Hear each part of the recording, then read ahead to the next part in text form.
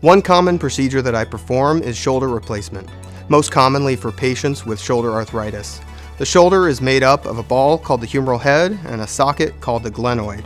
Shoulder arthritis is a condition in which the cartilage lining of the ball and socket wears down, leading to formation of bone spurs and narrowing of the joint, and even to bone-on-bone arthritis in more severe cases.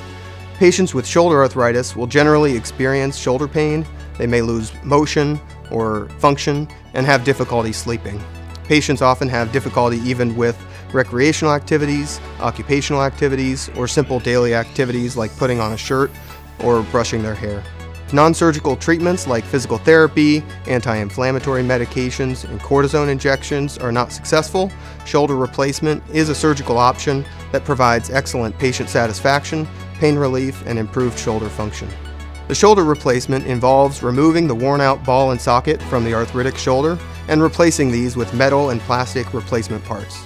The shoulder replacement has a low complication rate and is designed to last for a very long time, if not the rest of the patient's life.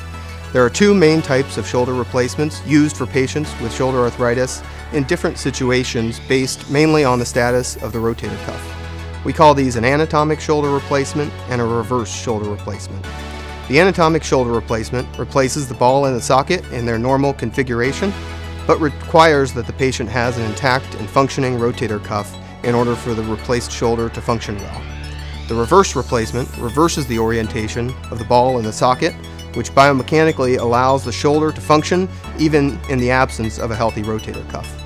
Both the anatomic and the reverse shoulder replacements are highly successful in providing pain relief and improved shoulder function so that people can get back to what they want to do.